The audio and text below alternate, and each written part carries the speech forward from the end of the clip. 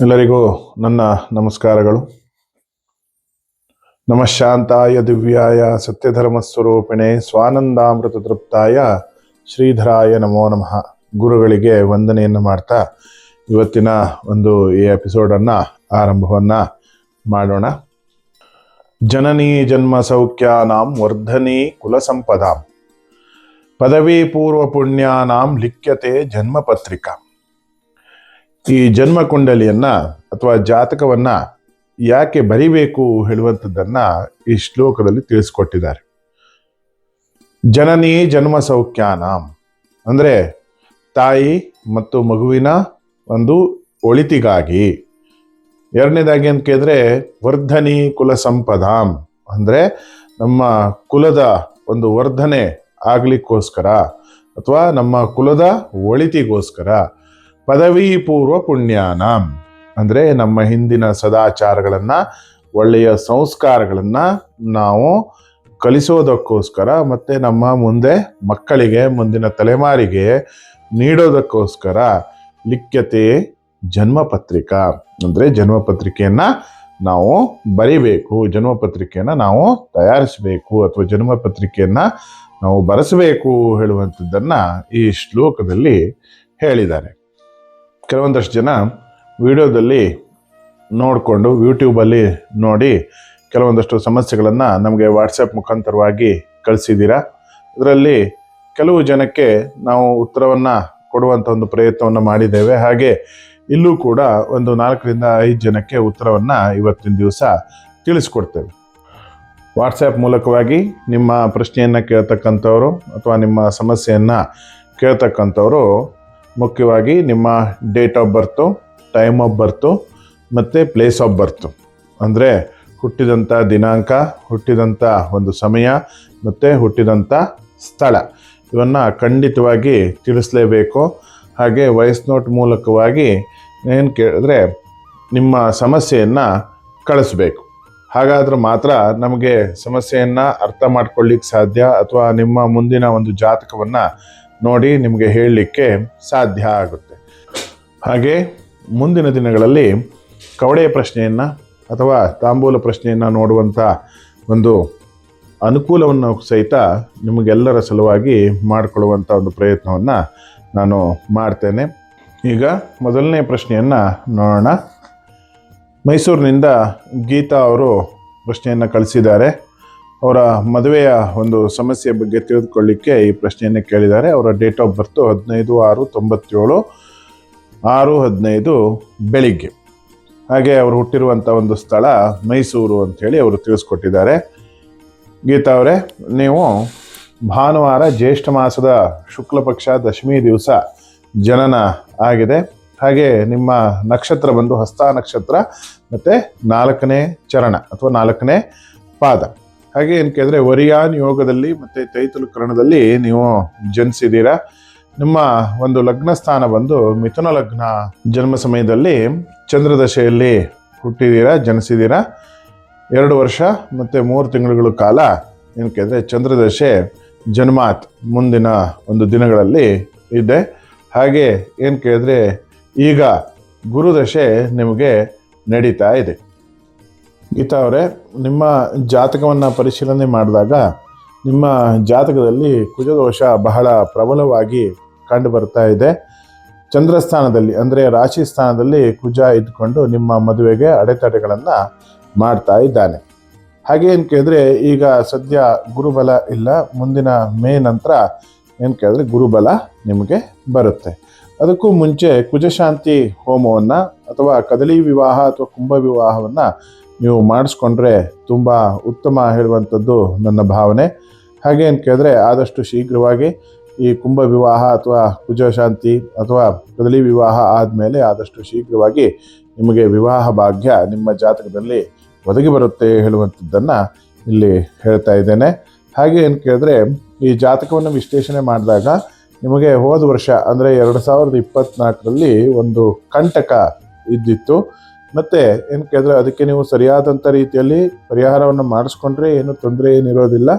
ಆದರೆ ಅದೂ ಸಹಿತ ಅಂದರೆ ರಾಹು ಬೃಹಸ್ಪತಿ ಸಂಧಿ ಅಂತೇಳಿ ಹೇಳ್ತಾರೆ, ಅದೂ ಸಹಿತ ನಿಮ್ಮ ವಿವಾಹ ವಿಷಯಕ್ಕೆ ಸ್ವಲ್ಪ ತೊಡಕುಗಳನ್ನು ಉಂಟು ಮಾಡುತ್ತೆ. ಹಾಗಾಗಿ ಏನು ಕೇಳಿದ್ರೆ ಅದನ್ನು ಸಹಿತ ನೀವು ಮಾಡಿಸ್ಕೊಳ್ಳದೆ ಹೋದರೆ ಖಂಡಿತವಾಗಿ ಅದ್ರ ಬಗ್ಗೂ ಸಹಿತ ಸ್ವಲ್ಪ ಗಮನ ಹರಿಸಿ ಆದಷ್ಟು ಬೇಗ ನಿಮಗೆ ವಿವಾಹ ಭಾಗ್ಯ ಕೂಡಿ ಬರುತ್ತೆ.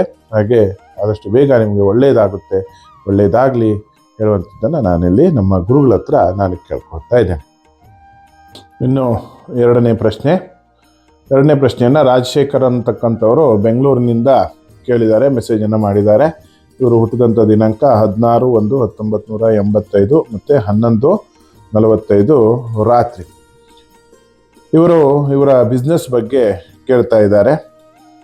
ರಾಜಶೇಖರ್ ಅವರೇ, ನೀವು ಹುಟ್ಟಿರುವಂಥದ್ದು ಬುಧವಾರ ದಿವಸ, ಪುಷ್ಯ ಮಾಸ, ಕೃಷ್ಣ ಪಕ್ಷ, ಏಕಾದಶಿ ದಿವಸ ನಿಮ್ಮ ಜನನವಾಗಿದೆ. ಜನನ ಸಮಯದಲ್ಲಿ ಶನಿ ದಶೆ ನಿಮಗೆ 11 ವರ್ಷಗಳ ಕಾಲ ಮತ್ತು 17 ದಿವಸ ನಿಮಗೆ ಶನಿ ದಶೆ ಇತ್ತು.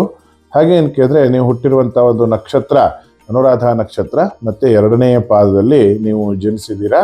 ಹಾಗೆ ವೃಶ್ಚಿಕ ರಾಶಿ ನಿಮ್ಮದು, ಯೋಗ ಗಂಡ ಯೋಗ ಅಂತ ಹೇಳಿ ಹೇಳ್ತಾರೆ. ಹಾಗೆ ಭವಕರಣದಲ್ಲಿ ನಿಮ್ಮ ಜನನವಾಗಿದೆ. ಹಾಗೆ ನಿಮ್ಮ ಒಂದು ಜಾತಕದಲ್ಲಿ ಲಗ್ನಸ್ಥಾನ ಕನ್ಯಾ ರಾಶಿ ಅಂತಾಗಿದೆ. ನಿಮ್ಮ ಜಾತಕವನ್ನು ಪರಿಶೀಲನೆಯನ್ನು ಮಾಡಿದಾಗ ಈಗ ನಿಮಗೆ ಶುಕ್ರದಶೆ ನಡೀತಾ ಇದ್ರೂ ಸಹಿತ ಅದರ ಫಲ ನಿಮಗೆ ಸಂಪೂರ್ಣವಾಗಿ ಸಿಗ್ತಾ ಇಲ್ಲ. ಯಾಕಂತ ಕೇಳಿದರೆ ಜಾತಕದಲ್ಲಿ ವಿಶೇಷವಾಗಿ ನಿಮಗೆ ಮೊದಲನೇದಾಗಿ ಕಾಲಸರ್ಪ ದೋಷ ಇರುವಂಥದ್ದು. ಹಾಗೆ ಲಗ್ನದಿಂದ 5ನೇ ಸ್ಥಾನದಲ್ಲಿ ಗುರು ವಕ್ರಸ್ಥಿತಿಯಲ್ಲಿ ಇರುವಂಥದ್ದು. ಹಾಗೆ ಏನು ಕೇಳಿದ್ರೆ 6ನೇ ಸ್ಥಾನದಲ್ಲಿ ಶುಕ್ರ ಮತ್ತು ಕುಜ ಇರುವಂಥದ್ದು. ಇವೆಲ್ಲವೂ ಸಹಿತ ಸೇರಿ ಏನು ಕೇಳಿದ್ರೆ ನಿಮಗೆ ವ್ಯಾವಹಾರಿಕವಾದಂಥ ಒಂದು ನಷ್ಟವನ್ನು ಕೂಡ ನಿಮಗೆ ಉಂಟು ಮಾಡ್ಬೋದು. ಹಾಗಾಗಿ ಏನು ಕೇಳಿದ್ರೆ ನೀವು ಪ್ರಪ್ರಥಮವಾಗಿ ಸುಬ್ರಹ್ಮಣ್ಯ ಆರಾಧನೆಯನ್ನು ಮಾಡಿದ್ರೆ ತುಂಬ ಶ್ರೇಷ್ಠವಾಗಿ ಇರುವಂಥದ್ದು. ಹಾಗೆ ರಾಹುಕೇತು ದೋಷ ಯಾವ ಜಾತಕದಲ್ಲಿ ಇರುತ್ತೋ ಅವರು ಏನು ಕೇಳಿದ್ರೆ ಆ ದೋಷದ ನಿಮಿತ್ತವಾಗಿ ಕೆಲವೊಂದಷ್ಟು ಸಮಸ್ಯೆಗಳನ್ನು ಅನುಭವಿಸ್ತಾ ಹೋಗ್ತಾರೆ. ಮೊದಲನೇದಾಗಿ ಆರೋಗ್ಯ ಸಮಸ್ಯೆ ಇರಬಹುದು, ಎರಡನೇದಾಗಿ ಮಾನಸಿಕವಾದಂಥ ಒಂದು ಸಮಸ್ಯೆಗಳು ಇರಬಹುದು, ಅಥವಾ ಮೂರನೇದಾಗಿ ಹಣಕಾಸಿನ ಅಥವಾ ವ್ಯವಹಾರದ ಅಥವಾ ಉದ್ಯೋಗದ ಒಂದು ಸಮಸ್ಯೆಗಳು ಕೂಡ ಅದರಲ್ಲಿ ಸೇರಿಕೊಂಡಿರಬಹುದು.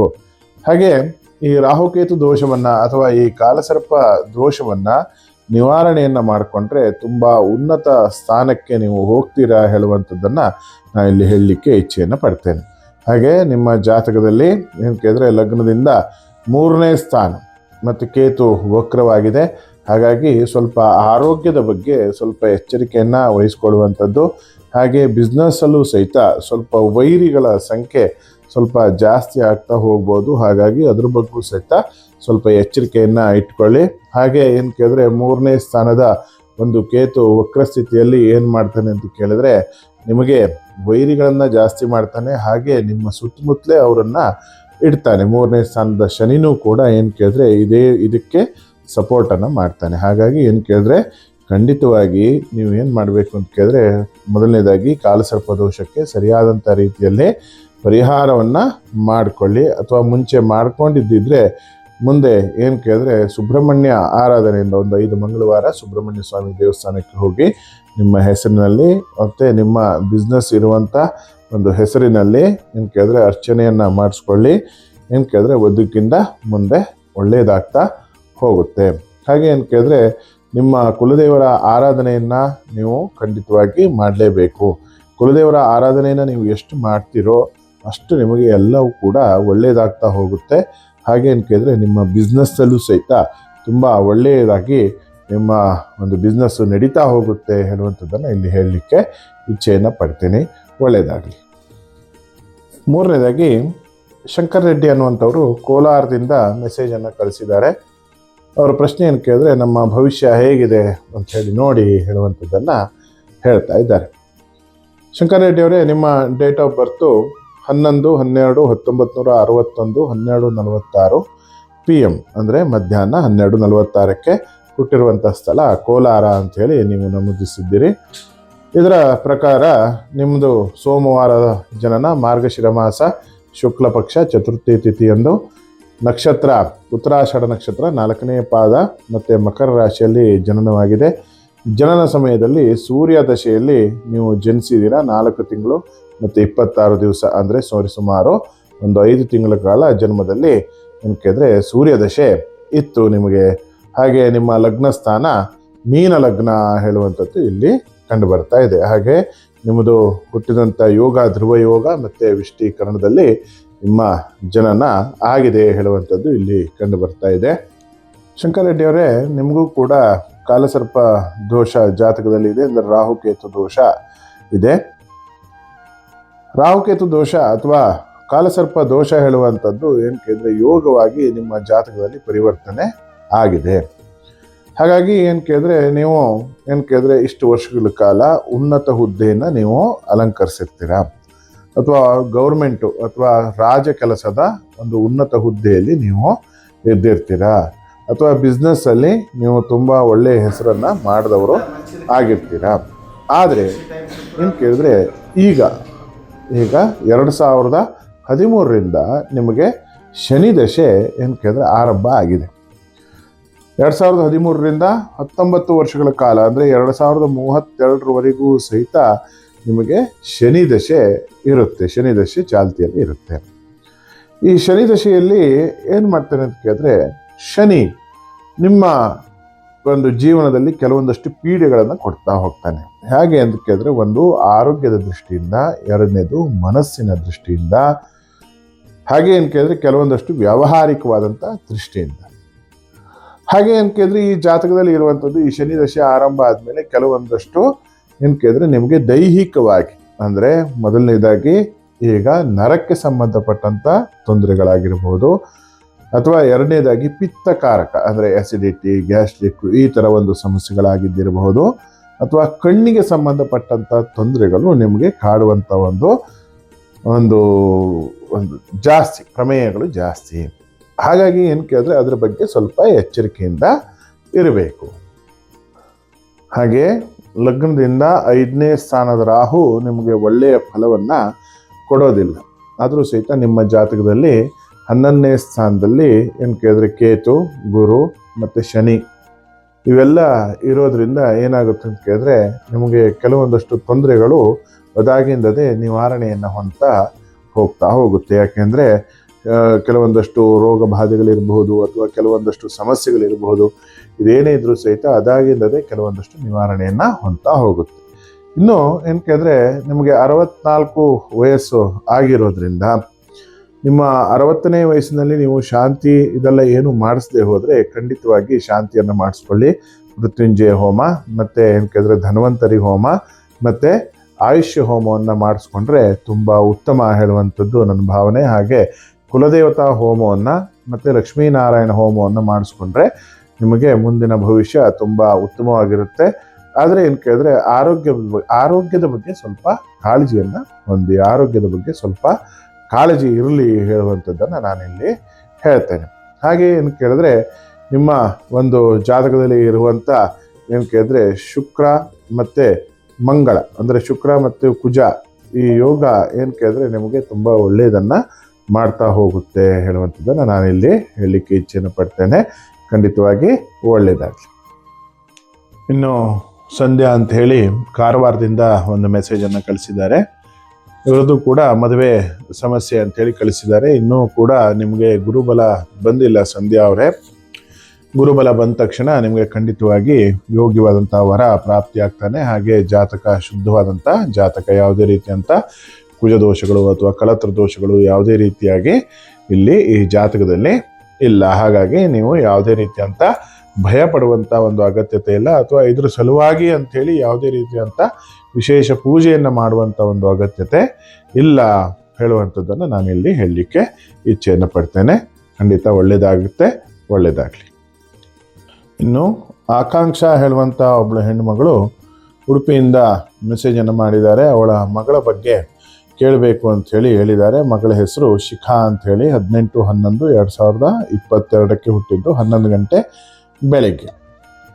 ನೀವು ಕೊಟ್ಟಿರುವಂಥ ಡೇಟ್ ಆಫ್ ಬರ್ತ್ ಪ್ರಕಾರ ಮಗಳು ಹುಟ್ಟಿದ್ದು ಶುಕ್ರವಾರ, ಕಾರ್ತೀಕ ಮಾಸ, ಕೃಷ್ಣ ಪಕ್ಷ, ದಶಮಿ ದಿವಸ ಹುಟ್ಟಿದ್ದಾರೆ. ಹಾಗೆ ಪೂರ್ವ ಫಲ್ಗುಣಿ ನಕ್ಷತ್ರದಲ್ಲಿ ಮತ್ತು ವೈದ್ರತಿ ಯೋಗ ಮತ್ತು ವಣಿಜಕರಣದಲ್ಲಿ ಅವರ ಜನನ ಆಗಿದೆ. ಹಾಗೆ ಏನು ಕೇಳಿದ್ರೆ ಹುಟ್ಟಬೇಕಿದ್ರೆ ಶುಕ್ರದಶೆಯಲ್ಲಿ ಇವರು ಹುಟ್ಟಿದ್ದಾರೆ. ಹಾಗೆ ಹುಬ್ಬ ನಕ್ಷತ್ರ ಅಂತೇಳಿ ಹೇಳ್ತಾರೆ. ಹಾಗೆ ಏನು ಕೇಳಿದ್ರೆ ಇವರ ಲಗ್ನ ಸ್ಥಾನ ಬಂದು ಮಕರ ಲಗ್ನ. ಶುಕ್ರದಶೆಯಲ್ಲೇ ಜನನ ಆಗಿದ್ದರಿಂದ ನಿಮ್ಮ ಮನೆಗೆ ಲಕ್ಷ್ಮಿ ಬಂದ ಹಾಗೆ ಅವಳು ಬಂದಿದ್ದಾಳೆ. ಅವಳ ಒಂದು ಜಾತಕದಿಂದ ನಿಮಗೂ ಸಹಿತ ತುಂಬ ಒಳ್ಳೆಯದಾಗ್ತಾ ಹೋಗುತ್ತೆ. ಅವಳಿಗೆ 9 ವರ್ಷಗಳವರೆಗೆ ಅಂದರೆ ಜನನ ಸಮಯದಿಂದ 9 ವರ್ಷಗಳ ಕಾಲ ಶುಕ್ರದಶೆ ಇದೆ. 2032ನೇ ಇಸ್ವಿಯಲ್ಲಿ ಅಂದರೆ ಮಗಳಿಗೆ 9 ವರ್ಷ ತುಂಬುವಾಗ ಒಂದು ಶುಕ್ರಾದಿತ್ಯ ಸಂಧಿ ಶಾಂತಿ ಹೋಮವನ್ನು ಅವಳ ಸಲುವಾಗಿ ನೀವು ಮಾಡಿಸ್ಕೊಳ್ಳಿ. ಹಾಗೆ ಲಗ್ನದಲ್ಲಿ ವಿಶೇಷವಾಗಿ ಲಗ್ನದಲ್ಲಿ ಶನಿ ಇದೆ. ಲಗ್ನದಲ್ಲಿ ಶನಿ ಇದ್ದರೆ ಸ್ವಲ್ಪ ಹಠ ಸ್ವಭಾವ, ಕೋಪ ಸ್ವಭಾವ, ಈ ರೀತಿಯಾದಂಥ ಒಂದು ಸ್ವಭಾವಗಳು ಮಕ್ಕಳಲ್ಲಿ ಬೆಳೀತಾ ಹೋಗ್ತವೆ ಹೇಳುವಂಥದ್ದನ್ನು ಜ್ಯೋತಿಷ್ಶಾಸ್ತ್ರದಲ್ಲಿ ಹೇಳಿದ್ದಾರೆ. ಹಾಗೆ ಏನು ಕೇಳಿದ್ರೆ ಅದರ ಬಗ್ಗೆ ಸ್ವಲ್ಪ ನೋಡಿಕೊಳ್ಳಿ. ಮತ್ತು ಏನು ಕೇಳಿದ್ರೆ ಮಕ್ಕಳನ್ನು ಒಳ್ಳೆಯ ರೀತಿಯಾಗಿ ಒಳ್ಳೆಯ ಸಂಸ್ಕಾರವನ್ನು ಕೊಟ್ಟು ಬೆಳೆಸೋದ್ರಿಂದ ಮಕ್ಕಳು ದೇಶಕ್ಕೆ ಒಳ್ಳೆಯ ಪ್ರಜೆಗಳಾಗ್ತಾರೆ ಹೇಳುವಂಥದ್ದನ್ನು ಶಾಸ್ತ್ರಗಳಲ್ಲೇ ಹೇಳಿದ್ದಾರೆ. ವಿಶೇಷವಾಗಿ ನಾವೇನು ಮಾಡ್ತೀವಿ ಅಂತ ಕೇಳಿದ್ರೆ ಮಕ್ಕಳ ಮೇಲೆ ತುಂಬ ಎಲ್ಲದನ್ನು ಹೇರ್ತಾ ಹೋಗ್ತೀವಿ. ಎಜುಕೇಷನ್ ಆಗಿರ್ಬೋದು ಅಥವಾ ಏನೇ ಆದರೂ ಸಹಿತ ಮಕ್ಕಳ ಮೇಲೆ ಅದನ್ನು ಹೇರುವಂಥದ್ದು ಅಥವಾ ಒತ್ತಾಯ ಮಾಡಿ ಅವರನ್ನು ಕಾಂಪಿಟೇಷನ್ಗೆ ರೆಡಿ ಮಾಡುವಂಥದ್ದು, ಇದೆಲ್ಲ ಕೂಡ ನಾವು ಮಾಡ್ತಾ ಹೋಗ್ತೀವಿ. ಮಕ್ಕಳಿಗೆ ಸಂಸ್ಕಾರವನ್ನು ಕೊಡುವಂಥದ್ದೇ ಒಂದು ದೊಡ್ಡ ಒಂದು ಸವಾಲಾಗಿ ಈಗಿನ ಕಾಲದಲ್ಲಿ ಪರಿಣಮಿಸಿದೆ. ನಾವು ಮಕ್ಕಳನ್ನು ತುಂಬ ಏನು ಕೇಳಿದ್ರೆ ಹತ್ತಿಕ್ತಾ ಇದ್ದೇವೆ. ಹತ್ತಿಕ್ಕೋದು ಅಂದರೆ ಏನು ಕೇಳಿದ್ರೆ ಪ್ರೆಸ್ ಮಾಡೋದು. ಈ ಮಕ್ಕಳು ಒಂಥರ ಏನು ಕೇಳಿದ್ರೆ ಎಗ್ ಅಂದರೆ ಮೊಟ್ಟೆ ಇದ್ದ ಹಾಗೆ. ಅವರನ್ನು ಏನು ಕೇಳಿದ್ರೆ ಈಗ ಈ ಮೊಟ್ಟೆಯನ್ನು ಏನು ಕೇಳಿದ್ರೆ ಕಾವು ಕೊಟ್ಟು ಅದನ್ನು ನಿಧಾನವಾಗಿ ತಾಳ್ಮೆಯಿಂದ ಏನು ಕೇಳಿದ್ರೆ ಆ ಮೊಟ್ಟೆಯನ್ನು ಒಡೆದು ಏನು ಕೇಳಿದ್ರೆ ಜೀವ ಒಂದು ಹೊರಗಡೆ ಬರುತ್ತೆ. ಅಂದರೆ ಮೊಟ್ಟೆಯಲ್ಲಿ ಒಂದು ಚೈತನ್ಯ ಇರುತ್ತೆ. ಆ ತಾಳ್ಮೆ ಈಗಿನ ಪೇರೆಂಟ್ಸಿಗೆ ತುಂಬ ಕಡಿಮೆ ಆಗ್ತಾ ಇದೆ. ನಾವೇನು ಮಾಡ್ತೀವಿ ಕೇಳಿದ್ರೆ ಆ ಮೊಟ್ಟೆಯನ್ನು ಹತ್ತಿಕ್ಕಿದ್ರೆ ಏನಾಗುತ್ತೆ, ಮೊಟ್ಟೆ ಒಡೆದು ಚೂರು ಆಗ್ಬಿಡುತ್ತೆ. ಅದರಲ್ಲಿರೋ ಜೀವ ಚೈತನ್ಯ ಹೇಳುವಂಥದ್ದು ಅದು ಕೂಡ ಚೂರು ಆಗ್ಬಿಡುತ್ತೆ. ಆದರೆ ನಾವು ಅದೇ ತಾಳ್ಮೆಯನ್ನು ಇಟ್ಕೊಂಡು ಮಕ್ಕಳಲ್ಲಿ ಒಳ್ಳೆಯ ಸಂಸ್ಕಾರವನ್ನು ಬೆಳೆಸಿದರೆ ಅಲ್ಲಿ ಒಂದು ಜೀವ ಚೈತನ್ಯ ಏನು ಕೇಳಿದ್ರೆ ಹುಟ್ಕೊಳ್ಳುತ್ತೆ. ತುಂಬ ಉತ್ತಮವಾದಂಥ ಒಂದು ಸಂಸ್ಕಾರಯುತವಾದಂಥ ಮಗು ಏನು ಕೇಳಿದ್ರೆ ಬೆಳೀತಾ ಹೋಗುತ್ತೆ. ಹಾಗಾಗಿ ಏನು ಕೇಳಿದ್ರೆ ತುಂಬ ತಾಳ್ಮೆಯಿಂದ ಏನು ಕೇಳಿದ್ರೆ ಪಾಲಕರು ಮಕ್ಕಳನ್ನು ಬೆಳೆಸಬೇಕು.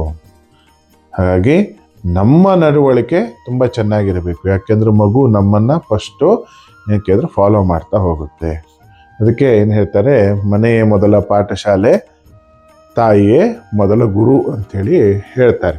ಹಾಗಾಗಿ ಏನು ಕೇಳಿದ್ರೆ ನಾವು ಏನು ಮಾಡ್ತೀವೋ ಮಕ್ಕಳು ಕೂಡ ಅದನ್ನು ಫಾಲೋ ಮಾಡ್ತಾರೆ. ಹಾಗೆ ಅವರು ಮುಂದೆ ಜೀವನದಲ್ಲಿ ಅದೇ ರೀತಿಯಾಗಿ ಇರ್ತಾರೆ. ಹಾಗಾಗಿ ವಿಶೇಷವಾಗಿ ಮಕ್ಕಳ ಮುಂದೆ ಏನಾದರೂ ಮಾತಾಡೋದಕ್ಕಿಂತ ಮುಂಚೆ ಅಥವಾ ನೀವು ಏನಾದರೂ ಮಾಡೋದಕ್ಕಿಂತ ಮುಂಚೆ ತುಂಬ ಜಾಗೃತಿಯಿಂದ ಇರಿ ಹೇಳುವಂಥದ್ದನ್ನು ನಾನಿಲ್ಲಿ ಹೇಳಲಿಕ್ಕೆ ಬಯಸ್ತೇನೆ. ಇದನ್ನು ಪದೇ ಹೇಳ್ತಾ ಇದ್ದೀನಿ ಅಂತ ಹೇಳಿ ಅಂದ್ಕೊಳ್ಬೇಡಿ.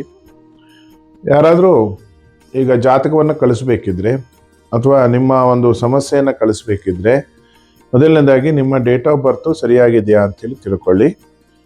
ಎರಡನೇದಾಗಿ ಟೈಮ್ ಆಫ್ ಬರ್ತು ಸರಿಯಾಗಿದೆಯಾ ಅಂಥೇಳಿ ತಿಳ್ಕೊಳ್ಳಿ. ಮೂರನೇದಾಗಿ ಪ್ಲೇಸ್ ಆಫ್ ಬರ್ತು ಸರಿಯಾಗಿ ನಮೂದಿಸಿದ್ದೀರಾ ಅಂಥೇಳಿ ನೀವು ತಿಳ್ಕೊಳ್ಳಿ.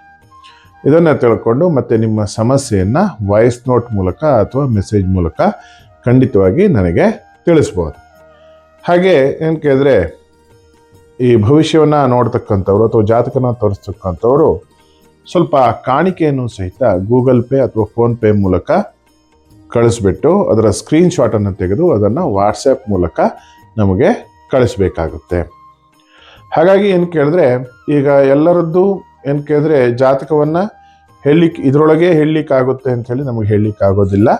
ನಾವು ಪರ್ಸ್ನಲ್ ಆಗಿ ಸಹಿತ ವಾಟ್ಸಪ್ ಮೂಲಕ ನಿಮ್ಮ ಹತ್ರ ಮಾತಾಡಿ ಏನು ಕೇಳಿದ್ರೆ ಈ ಜಾತಕಕ್ಕೆ ಅಥವಾ ನಿಮ್ಮ ಜಾತಕವನ್ನು ನೋಡಿ ಅದಕ್ಕೆ ಏನಾದರೂ ಪರಿಹಾರಗಳಿದ್ದರೆ ಅಥವಾ ಏನಾದರೂ ಒಂದು ಸೊಲ್ಯೂಷನ್ಸು ಸಮಸ್ಯೆಗೆ ಏನಾದರೂ ಇದ್ದರೆ ಅದನ್ನು ನಾವು ನಿಮಗೆ ತಿಳಿಸ್ತೇವೆ.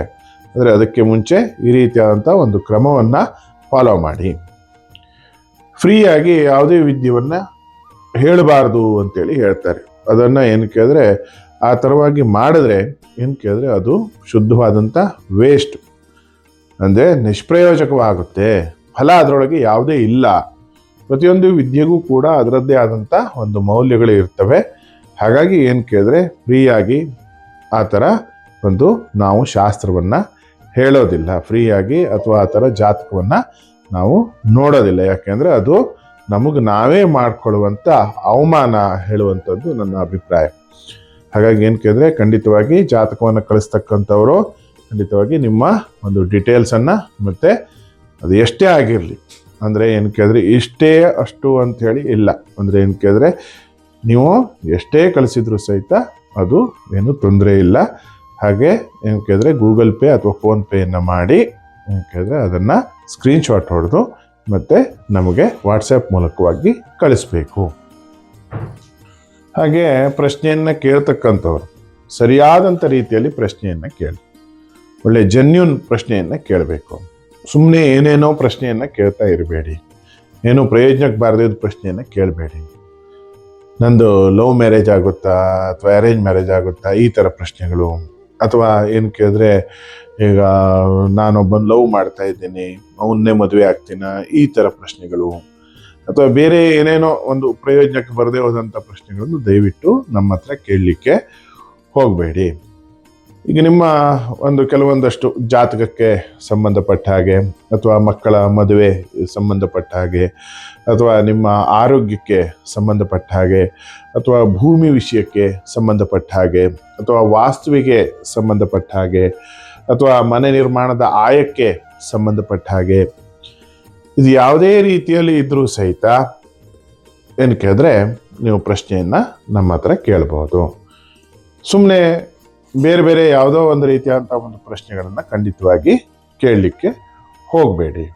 ಅಥವಾ ಏನು ಕೇಳಿದ್ರೆ 10 ಜನರ ಹತ್ರ ಕೇಳಾಯಿತು, ಇವ್ರತ್ರ ಒಬ್ಬರ ಹತ್ರ ಕೇಳ್ಬಿಡೋಣ ಹೇಳುವಂಥ ಆ ರೀತಿಯಾದಂಥ ಒಂದು ಪ್ರಶ್ನೆಗಳನ್ನು ಸಹಿತ ನಮ್ಮ ಹತ್ರ ಕೇಳಲಿಕ್ಕೆ ಹೋಗಬೇಡಿ. ಶುದ್ಧವಾದಂಥ ಒಂದು ನಂಬಿಕೆಯಿಂದ, ಒಂದು ಏನು ಕೇಳಿದ್ರೆ ಭಾವನೆಯಿಂದ, ಶ್ರದ್ಧೆಯಿಂದ, ಭಕ್ತಿಯಿಂದ ಕೇಳಿದ್ರೆ ಮಾತ್ರ ಆ ಪ್ರಶ್ನೆ ಕೇಳಿದವನಿಗೂ ಫಲ ಸಿಗುತ್ತೆ, ಹೇಳಿದವನಿಗೂ ಸಹಿತ ಫಲ ಸಿಗುತ್ತೆ ಹೇಳುವಂಥದ್ದನ್ನು ಹೇಳ್ತಾರೆ. ಕೆಲವು ಜನಕ್ಕೆ ಈ ಪ್ರಶ್ನೆಯನ್ನು ಕೇಳಬಹುದಕ್ಕಾಗಲಿ ಅಥವಾ ಈ ಪ್ರಶ್ನೆಯನ್ನು ಕೇಳಲಿಕ್ಕೆ ಅಥವಾ ಜಾತಕವನ್ನು ತೋರಿಸ್ಲಿಕ್ಕೆ ಸ್ವಲ್ಪ ಭಯ ಕಾಡ್ತಾ ಇರುತ್ತೆ. ಆ ಭಯ ಖಂಡಿತವಾಗ್ಲೂ ಬೇಡ.